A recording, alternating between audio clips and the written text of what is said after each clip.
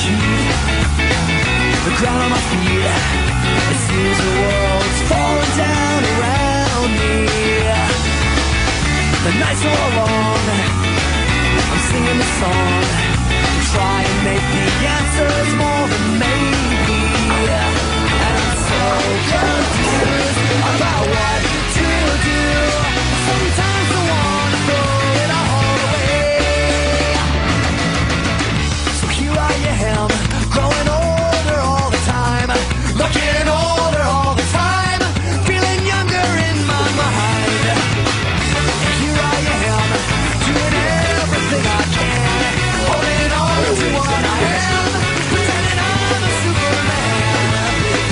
Google is a search engine. It allows us to search the web. And it's also a company that really focuses on innovative technologies and organizing the world's information. I'm trying to sleep, I lost count of sheep, my mind is racing faster every minute. What could I do more?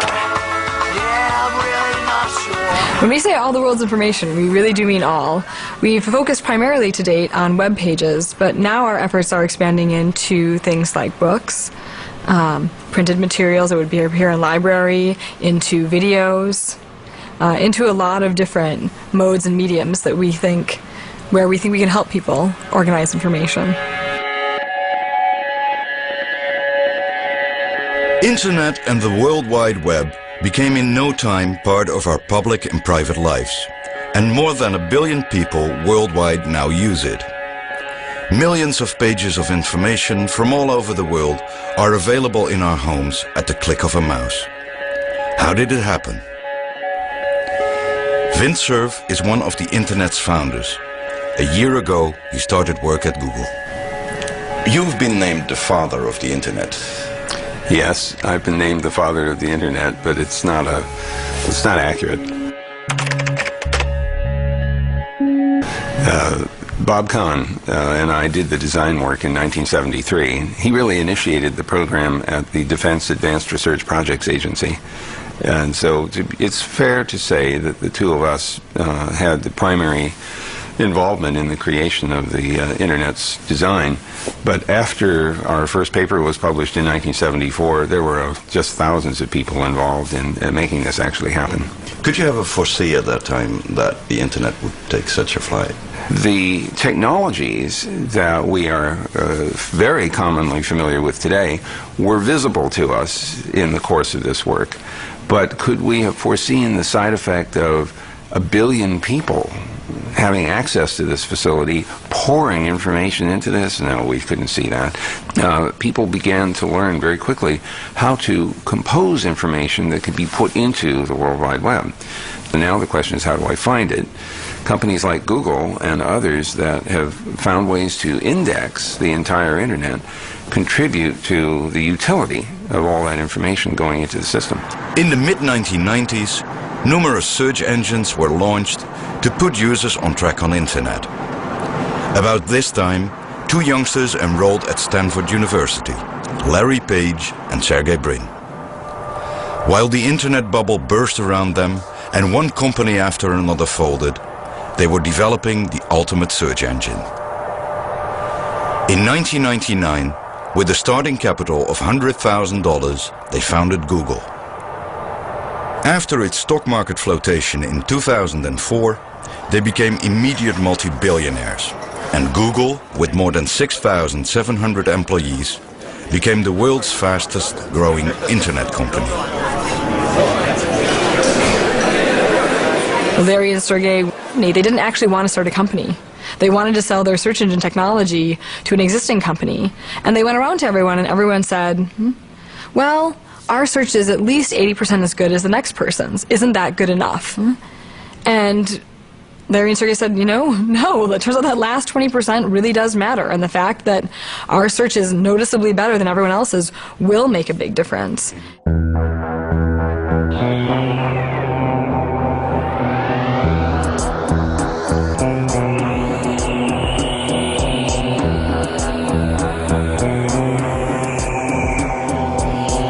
Two students who wanted to make the best search engine. That's how Google started. But how does such a search engine work? What is behind that screen? Right, a ton of algorithms that determine what we show and when we show it. So for example, if you were to do a query on the keyword flowers,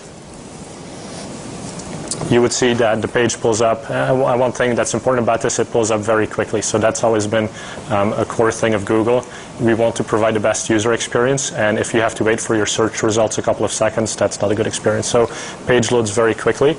And then as you can see, we have sort of two areas on the page. We have the organic search results, which you will see on the left-hand side.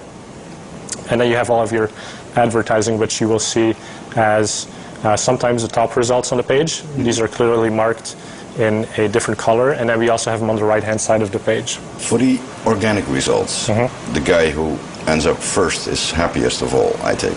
Obviously. So how does PageRank work? How does he get there? The way that PageRank works is it looks at incoming links into websites. So essentially the idea is that if somebody has a website, say about flowers, and their website has become an authority on the subject, then it's likely that other people will have links pointing to that website because they feel there's a lot of value on that website and there's something interesting there, so they make links to it. And by looking at all of these links coming in, we can then determine how valuable that page is. Now what we also do is we look at where did these links come from. For example, if somebody had a link from the NewYorkTimes.com to a website, then we understand that the New York Times is more respectable than maybe my personal website. So that has a bigger boost in the way that your page will be ranked in the organic results. The question is, how is the choice made to rank the New York Times higher than a personal website, for instance? There are mechanisms that we and others use to try to assess which information is thought to be the most relevant. After all, the party who's doing the search wants information which is most relevant to the specific terms that have been used in the search query. Relevance in our world, in part, is conferred by knowing how many websites are pointing to a particular place. The more that point to a place with a hyperlink, the more likely it is that that must be important information. So then you start ranking the importance of the places that are pointing by trying to see how many places point to them. It's more complicated than that, but if we get too much deeper into this, it's getting into the trade secrets of Google, which I don't want to do. So we're confronted with this huge mass of information. We try to figure out what's relevant based on these various hints, but in the end, each of us has to decide for himself what our reaction is to this information.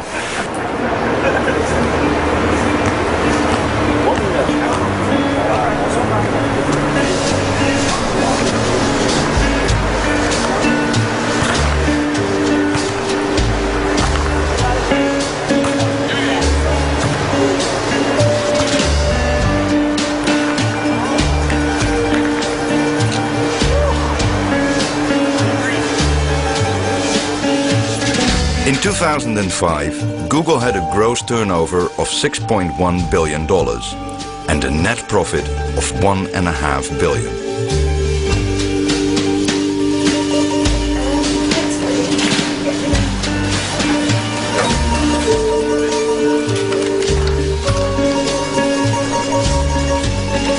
Google makes its money by advertising. So if you think about consumers, a lot of consumers around the world go to Google and type something looking for something. They get a set of natural results. At the same time, there are people who have something to offer. So if I type mobile phones, I can get a natural result based on what's popular. At the same time, there are people who want to tell the consumer, listen, I have an interesting offer or interesting thing about mobile phones. So we, on the right side of our pages, have introduced the concept of advertising, which is done in a very democratic way, that if three people, A, B, and C, want to advertise, they bid against each other how much they want to pay to be the top advertiser. Now, to keep the consumer's interest in mind, we also track the relevance of the advertise and say, well, A advertised even though he paid $1, and B advertised because he paid 95 cents, and C paid 90 cents, and it should be A, B, and C. Well, we check when we advertise against this keyword in this fashion, A, B, and C, is A getting a lot of clicks, is B getting a lot of clicks, or is C getting a lot of clicks? If C is the most popular, most relevant ad compared to that, we actually provide a balance between between money and relevance. So that means a furniture maker, for instance, with a small advertising budget could compete with IKEA, or... Of course. You can. If you believe you have a much better compelling proposition than somebody else, you can compete on a particular keyword by keyword basis. You don't have to buy the entire 30 seconds between the Super Bowl or the World Cup to be able to compete.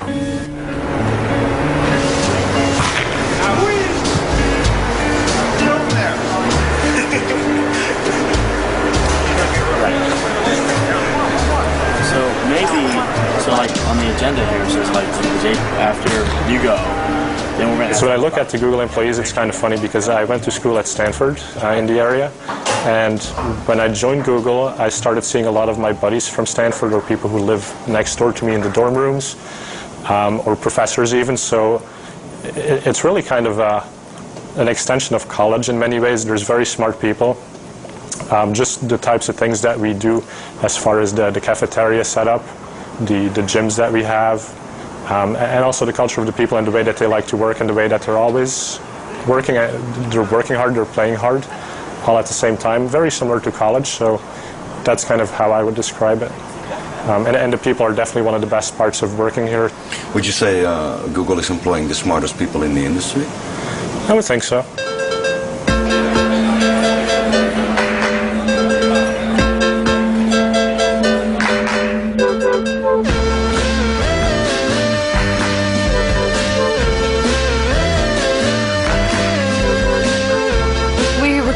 People now all over the world with lots of different means and methods into all kinds of jobs. Engineers, product managers, business operations, even chefs and masseuses. And we had the world puzzle champion working at Google. And we had people who really liked doing brain teasers and riddles. I've seen a photograph of a big billboard sign over a crossroads somewhere in San Francisco. What was that all about? Well, interestingly enough, what happened was there was an equation where if you solved it, it gave you a series of numbers. And if you found that series of numbers and you typed it into an internet browser, and I think so, if you typed it as www.thatsequenceofnumbers.com, it redirected you to the Google Jobs page. So for people who solved this cryptic riddle on the side of the road, they were then led to sort of a secret website that redirected them to Google Jobs, so then they knew and understood who was behind the billboard. It seems like a nice company, and American business students agree. After McKinsey, Google is the most popular employer. But one question remains. Just how honest is Google's search method? How watertight is this method? If I look for the truth about the Holocaust, I first find a denial about an indisputable historical fact. Whose truth are you seeing when you search with Google or any other engines? Google tries very, very hard to be neutral with regard to opinion. Tries to be neutral. Tries to be neutral with regard to opinion. It does not apply an ideology to its rank ordering. It applies algorithms to the rank ordering, but those algorithms are intended to be as objective as possible.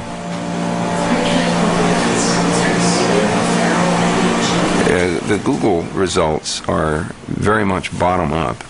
Whatever is there, and Google doesn't invent anything, so whatever it sees is whatever people have put onto the network. We don't produce our own information.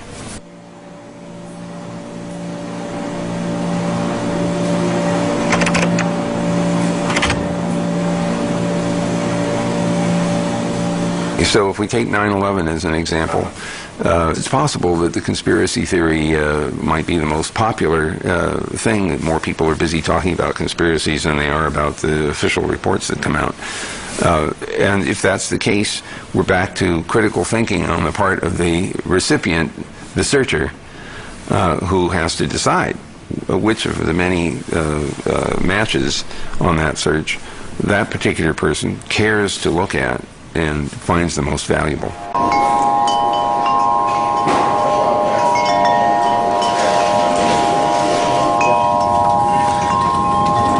Can a search engine be objective? Can one point of view on all information be fair? No, by definition, not. Brewster Kahle is resident of San Francisco. He founded the search engine Alexa, which he sold to Amazon 7 years ago for $250 million. Cale is founder and director of the Internet Archive, a non-profit-making organization aimed at ensuring digital information is freely available. Navigation through information is a very subjective thing. You can go and say, it's all going to be some big algorithm of the sky. It's just not true. There's decisions every step in the way when you're building search engines. What to crawl, what not to crawl, what to value more than others. How popularist do you make it? How much do you have it reflect what other people have done as opposed to innately? All of these things are baked into a set of computer algorithms. Could Google be biased if Google would want? Well, the attempt to introduce biases is hard if those biases have to be algorithmically introduced for all possible information. This gets, mathematically hard. And second, I think there is a fundamental belief within the Google community that an unbiased result is the most important thing that we can offer to people, and let each of the searchers decide for themselves which is of interest to them.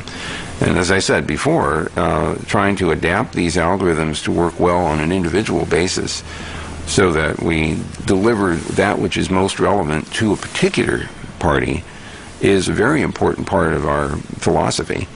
And if Google remains a very popular search engine, I think it will be because it was trying to be relevant to individuals as opposed to trying to assert that it has somehow discovered the truth.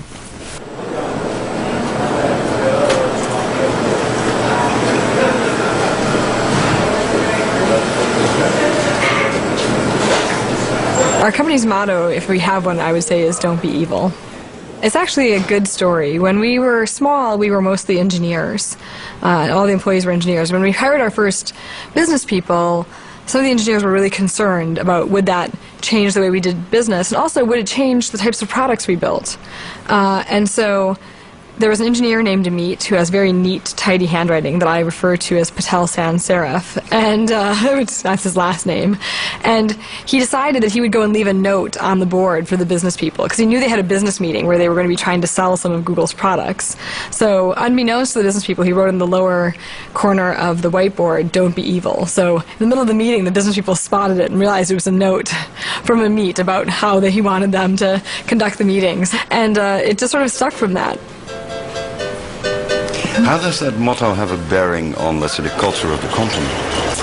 I think that it means that we feel that we can make money and have a successful business without sacrificing our ethics or our principles or the interests of our users.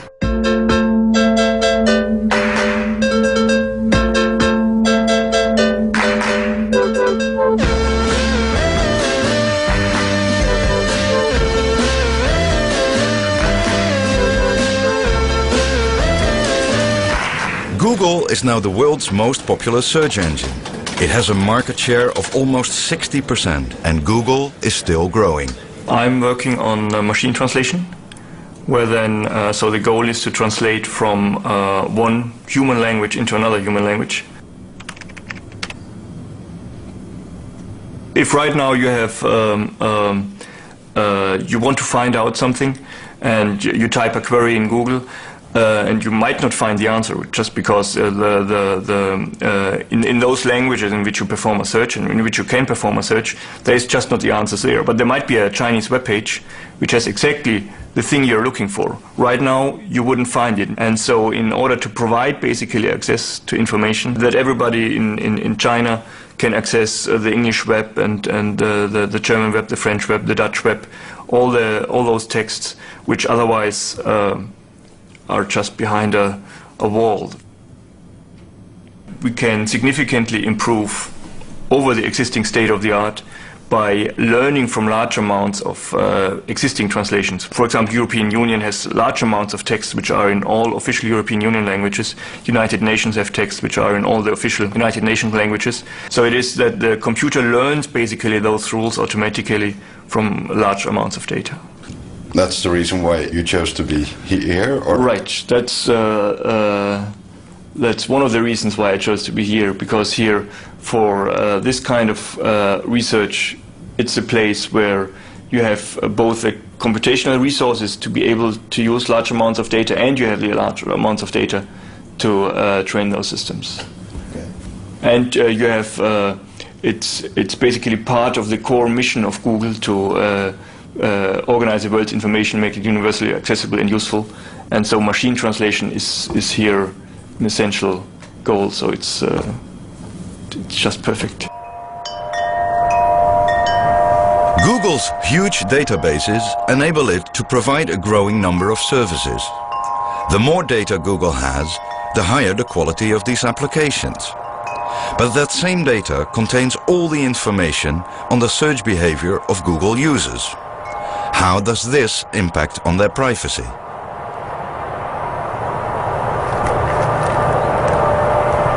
Ian Brown is a member of the Open Rights Group, a UK organization aimed at protecting private information in the digital era.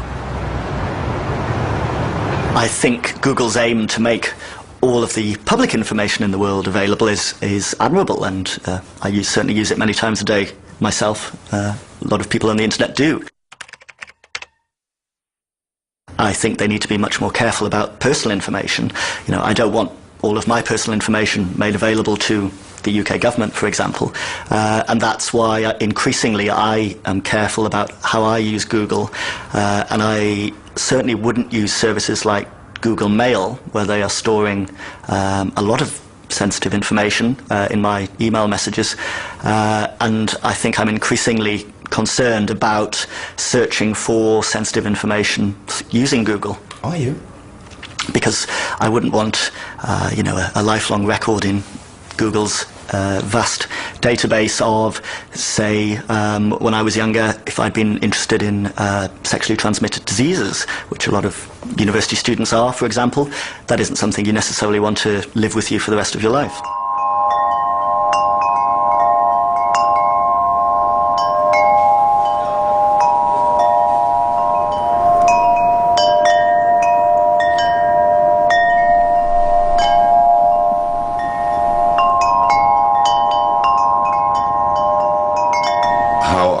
To convince me to trust you? We're clear in our privacy policy that we aren't retaining your search information because we want to, say, profile more about you. We're retaining the search information we retain, we do for quality purposes. We review it only in aggregate. We do aggregate computations to try and understand how to make searches better. So, for example, if you search for football and click on result number 3, we want to use that information. So next time we take result number 3 and make it number 1. And so we have to have some retainage in that way in order to better the quality of the search experience you have on Google. So I think that, when you're asking questions of trust, a lot of times you're asking questions around motivation. The person that you're trusting, what are they motivated to do? And we've been pretty clear that our motivations in keeping the search information that we keep is, in fact, to improve end-user quality. But does that require retaining it for an indefinite period of time? I mean, you could also retain it for like 30 days or...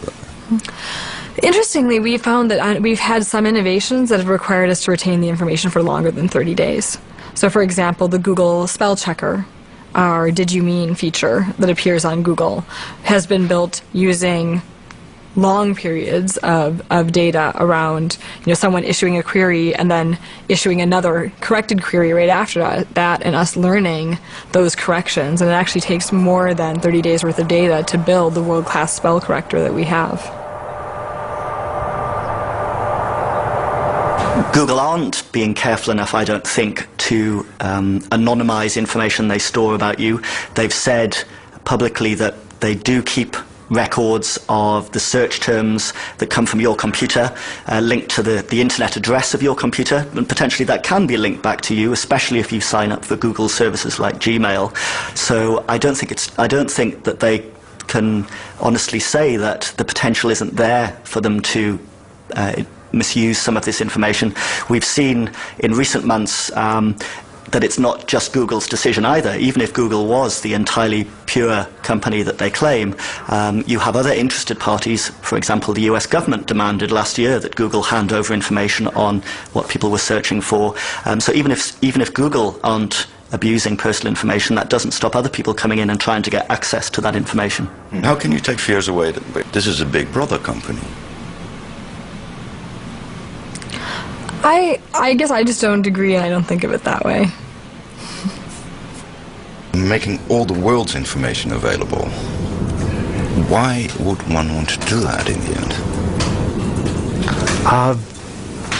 Well, you can take a philosophical approach, you can take a business approach. I think if you go back in history, and if you look at every culture, every society, the availability of information has always made that society develop at a faster pace. Whether it's getting them to be more innovative, whether it's getting them to be more informed and therefore, more enterprising, whether it's the feeling of sort of liberation for them. So information has always had a role in people being liberated, innovative, a more vibrant society.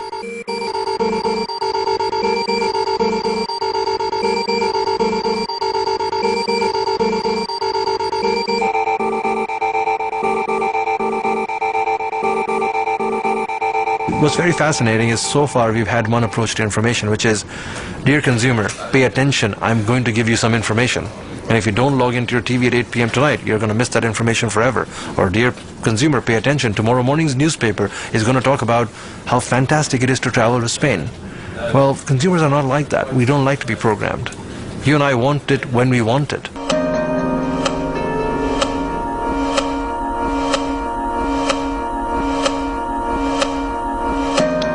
The opportunity of our time is to have all the published works of humankind accessible to everybody.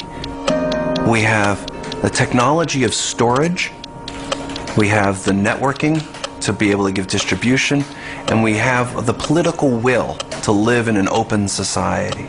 The idea of having universal access to all knowledge is within our grasp.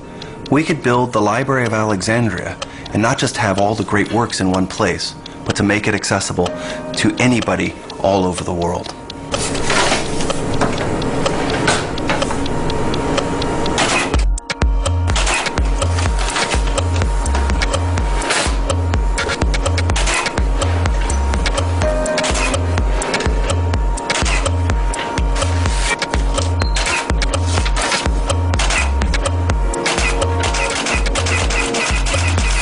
The question is, what is going to be the role of the private sphere, the companies, corporations, and the public sphere, government, libraries, universities, and the like? What's the future as we bring large amounts of information? Is it going to be largely a private enterprise or a public enterprise?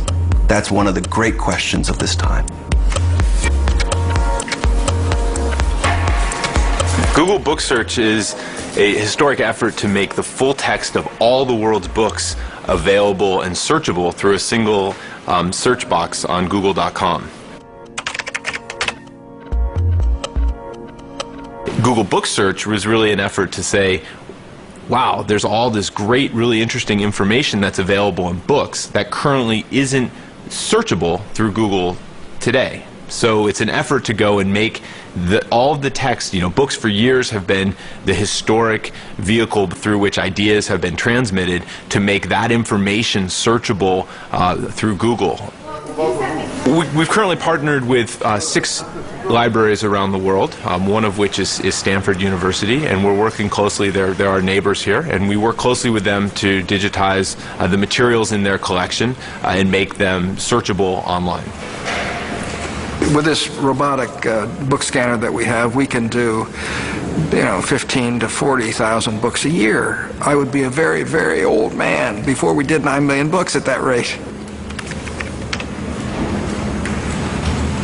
So the Google came to us with a proposition to invest heavily in this and to invest innovatively in this and to give us back copies of the digital copies that they made, as well as not damaging the books.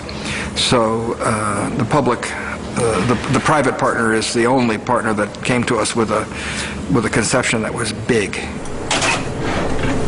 The Internet Archive is working with about 30 libraries, also with Microsoft and Yahoo, Adobe, HP, and put together an organization called the Open Content Alliance. The idea is to build an open library system where different organizations pitch in to build a digitized repository of books that's open. Are you in a position to compete with Google in this? Actually, I'm hoping that Google turns slightly to the left and decides to join the Open Content Alliance and make their books available in the same way.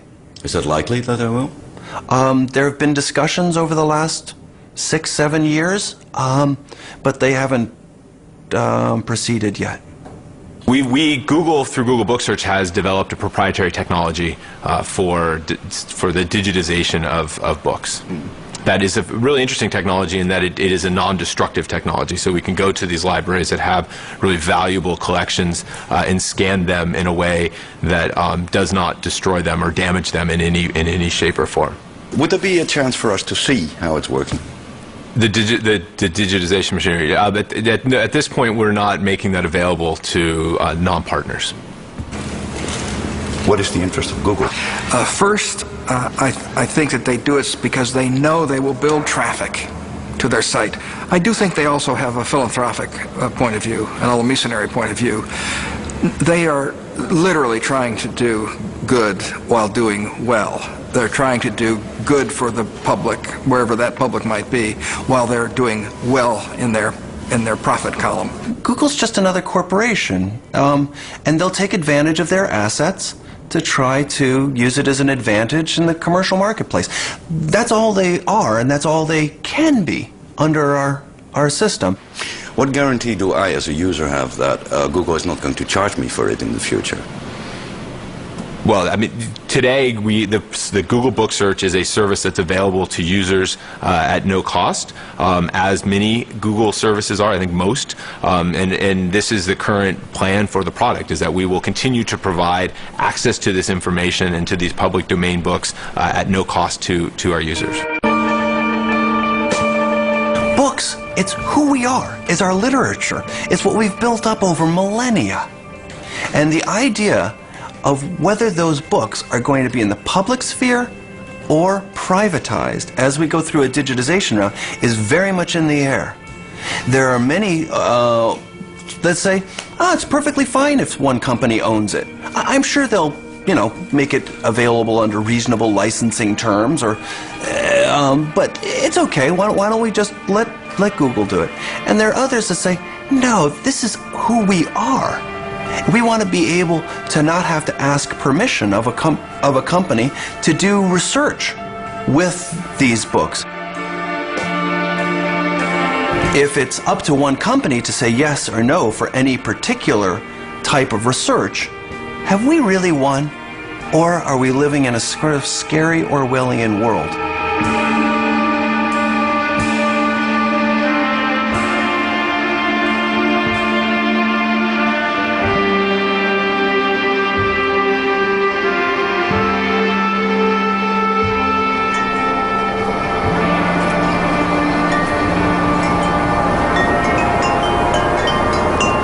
I think Google is getting to the size where they will have to be watched carefully by competition authorities in the US and Europe.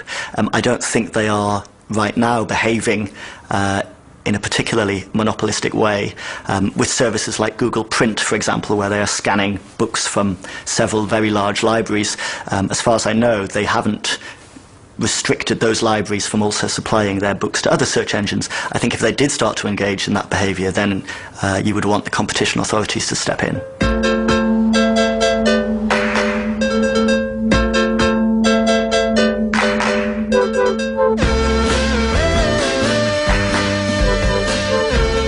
In the meantime, Google has been developing new applications at a furious pace on a worldwide scale.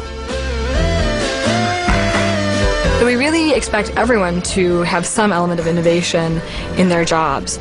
So when engineers are building products for our users, a lot of times they know the classic formula of what they should build, but they'll find a new flair or a new twist that they can offer. And that's really where a lot of this innovation comes from.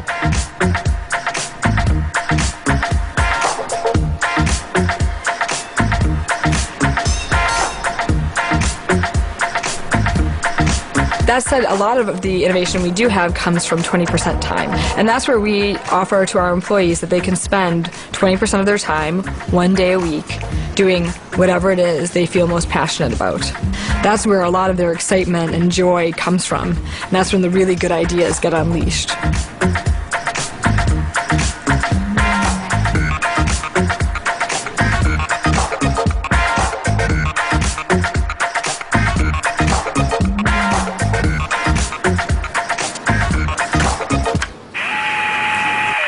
This is a test voice clip sent over Messenger as well as over Skype.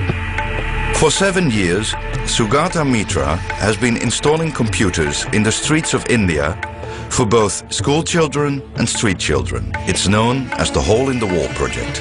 A number of African countries, Venezuela and Argentina, have also shown interest in Dr. Mitra's project. The idea was to see if children can teach themselves how to use a computer. This is important in countries like India, where there are not enough teachers and not enough schools. The results are that up to 200 children can teach themselves to use a computer using only one playground computer. And in 9 months, they teach themselves enough to be able to do all the usual functions on a computer. The most common use is, of course, for downloading games and music.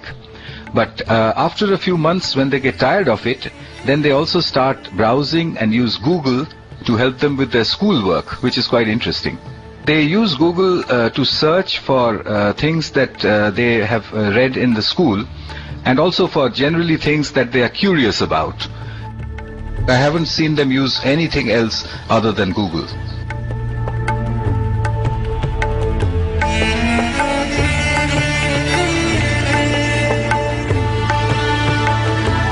The danger to education of having only one point of view on information is that everyone will start to have just that point of view. It'll be self-reinforcing. And that's not how one develops critical thinking. One develops critical thinking by contrasting, by comparing. And it's not just in individual works, but how are things presented. So if we were to have our school kids only use one encyclopedia and not have any access to any other encyclopedias or any other books in the library, wouldn't that be tragic? I mean, we wouldn't do that. Of course we wouldn't do that.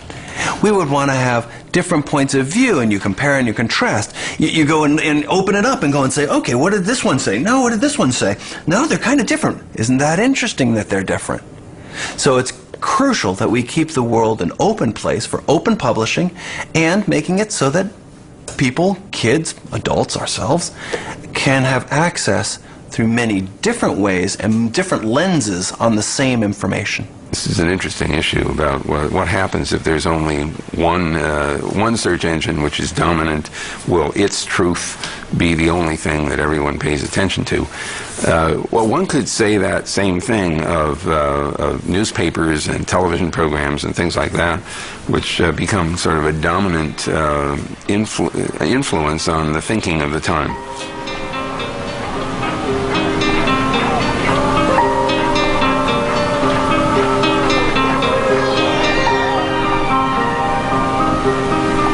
Everyone is free to build their own search engines, and in fact there have been many in the history of the internet so far. Google is one point in time. There may be other Googles in the future. Do other search engines stand a chance? Google's market shares are now so huge that it seems to have a monopoly. And the company continues to develop new applications and is well on its way to bringing all the world's information under one roof. This may be handy, but isn't such a monopoly dangerous?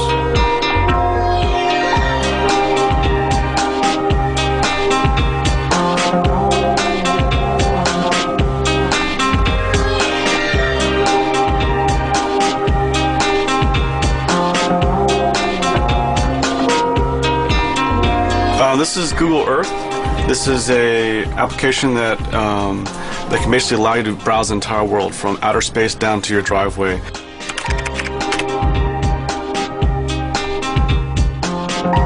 In this case, I'm going to the Grand Canyon, and you can see all the detail all the way down into the canyon here.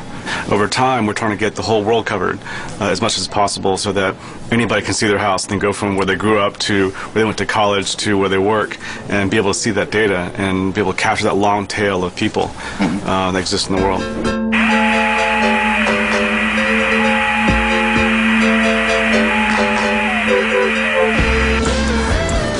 Let's go over to Heathrow, and this particular area is also aerial photography, and you actually can read, there's Air France, Air Canada, there you go.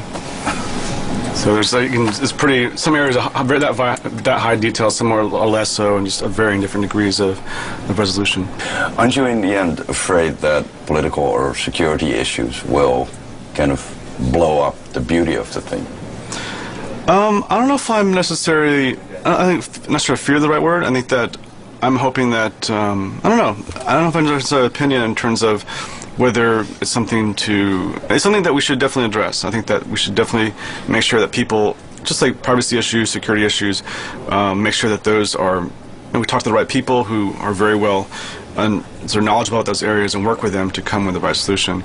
I'm definitely, I mean, it's like anything that's a big thing. There's always these things that you have to, it's never initially a straightforward path, the big things. So, but basically what you're saying, first you have designed the technology and then you're going to see how to solve those things, instead of the other way around. I think that it came from a love of what it was. I mean, we saw something that was amazing and we wanted to see it happen. And anything that you see that, I mean, any big technology, I think that changes the way the world thinks and the way people perceive the world will cause people to, to react in different ways. And this is one of those type of technologies, I think.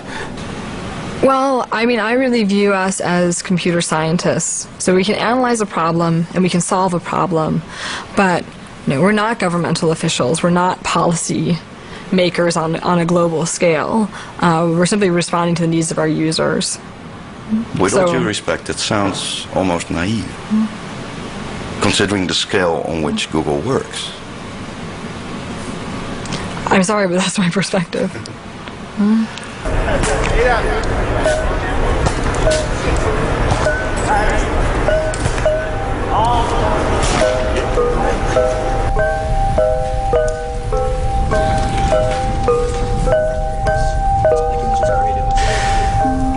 I think Google's got to such a size now and it's used by so many people that it's going to have to step very carefully to avoid accusations of big brother behavior. However, in a couple of specific areas, I think it's already crossed that line. I think, for example, with freedom of expression, what they are doing in cooperating with the Chinese government in censoring the search results they give to Chinese users is very dangerous. What they are doing in terms of storing information about their users, about the kind of things that you're searching for in Google, if you're using other Google services like Google Mail or Google Calendar, then they potentially have even more information about you. And I think people are rightly very concerned about how they will make use of that information.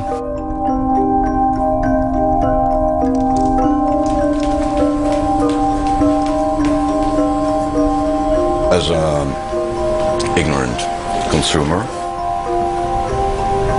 you're implicitly saying to me, trust me. I sense that you're really trying to hammer this point through about trust me. Could I suggest to you that in the business you're in, the production of television programs, you're saying the same thing to the audience, trust me. You have every opportunity to manipulate this interview and any other, if you chose to do so, to bias it according to a particular philosophy that you have.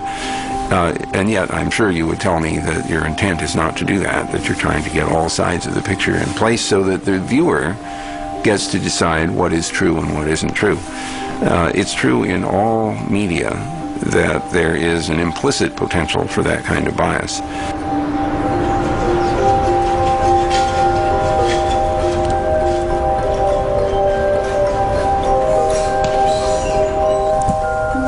I think it's really important for governments and consumers to make sure that we don't ever see a situation in which a single company like Google becomes a monopolist over the information out there on the internet in the world's libraries, because then you do get a Ministry of Truth style situation where you can control and with technology fine-tune in a way that was never before possible the reality that is presented to users. I like a phrase from a campaigner in the US called John Perry Barlow, where he said censorship is the editing of collective human consciousness, and I think that explains it well. It would be very easy to deny information to people, to manipulate their views, try to manipulate their behavior, if you could control very carefully the information they had access to. We certainly already have seen the dangers of that in Europe with the mass media. That's why we have laws on media diversity, and I think we do need to be careful that we never end up in that situation on the internet.